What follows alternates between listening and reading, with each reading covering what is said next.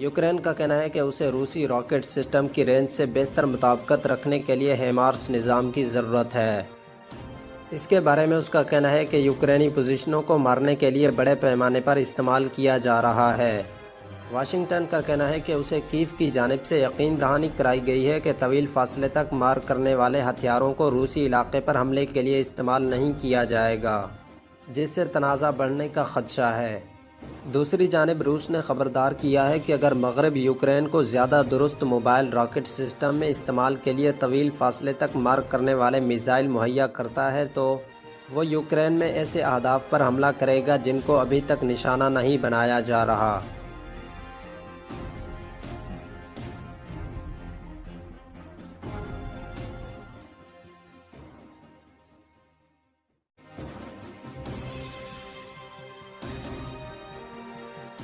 حال ہی میں سعودی عرب کے ولی عہد شہزادہ محمد بن سلمان بن عبدالعزیز کے دورہ ترکیہ کے دوران ان کے شاندار استقبال کے ساتھ ساتھ ایوان صدر میں ان کے پروٹوکول کی ایک ویڈیو بھی وائرل ہے، جس میں انہوں نے ترکیہ کے روایتی پروٹوکول سے ہٹ کر خوش آمدید کی بجائے گارڈ کے دستے کو السلام علیکم کہہ کر مخاطب کیا۔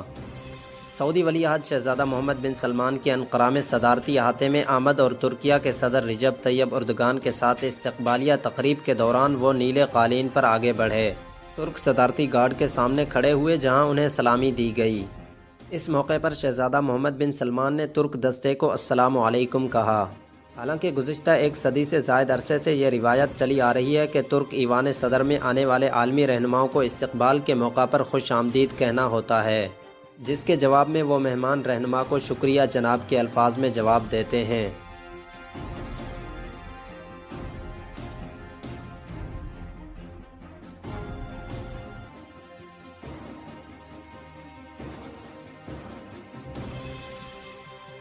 ایران کی سپاہ پاسداران انقلاب کے انٹیلیجنس چیف حسین طائب کو عہدے سے ہٹا دیا گیا ہے۔ وہ گزشتہ 12 سال سے زیادہ عرصے سے اس عہدے پر فائز تھے۔ پاسداران انقلاب کے ترجمان رمضان شریف نے ایک بیان میں کہا کہ سپاہ کے سربراہ میجر جنرل حسین سلامی نے بریگیڈیئر جنرل محمد کاظمی کو پاسداران انقلاب کی انٹیلیجنس تنظیم کا نیا سربراہ مقرر کیا ہے۔ بیان کے مطابق سلامی نے حسین طائب کو اپنا مشیر مقرر کیا ہے۔ واضح ہے کہ پاسداران کی انٹیلیجنس تنظیم ایران کی وزارت سراغ رسانی سے الگ اور بالکل متوازی کام کرتی ہے۔ انٹیلیجنس چیف کے سربراہ کی تبدیلی پاسداران انقلاب کے متعدد ارکان کی پراسرار انداز میں ہلاکت کے بعد سامنے آئی ہے۔ واضح ہے کہ ایران کے ازلی دشمن امریکہ نے پاسداران انقلاب کو دہشت گرد گروہ قرار دے دیا ہے۔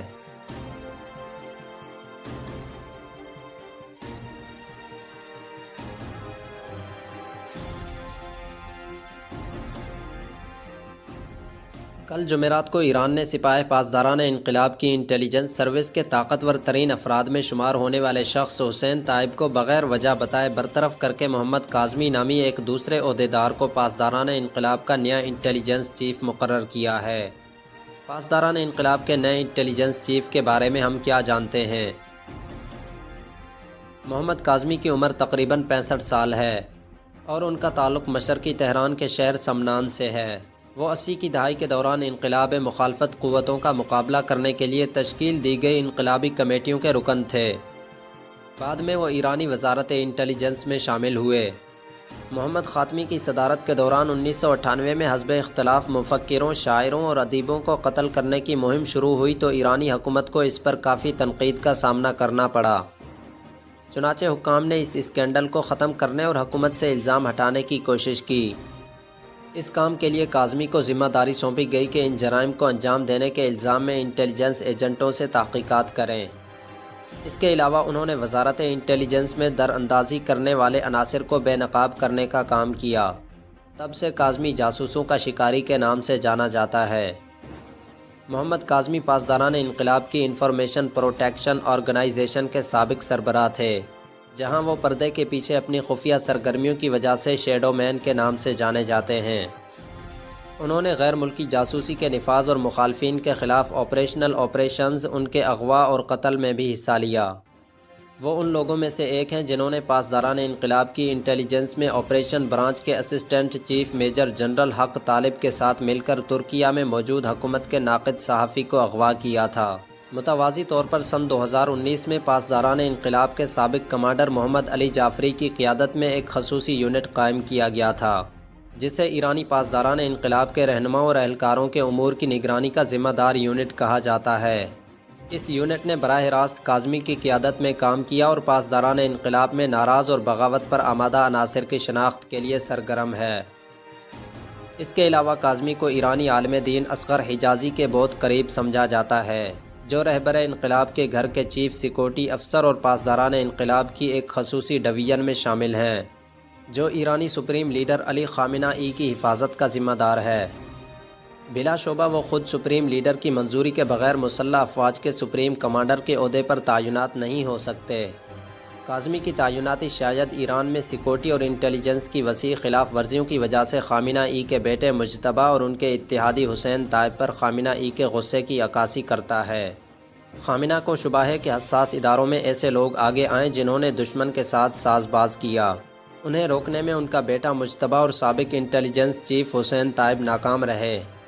اس کے نتیجے میں دشمن نے ایران کے جوہری پروگرام، جوہری سائنسدانوں، ڈرونز اور میزائل سسٹم کو نشانہ بنانا شروع کیا۔ توقع ہے کہ کاظمی کے ہاتھوں پاسداران انقلاب میں ایک بڑی تبدیلی واقع ہوگی، جو پاسداران انقلاب کی بیرون تنظیم قدس فورس کے سابق کمانڈر قاسم سلیمانی کی ٹیم کو ہٹانے کی کوشش کر سکتے ہیں۔ اس سے سیاسی صورتحال بھی متاثر ہو سکتی ہے۔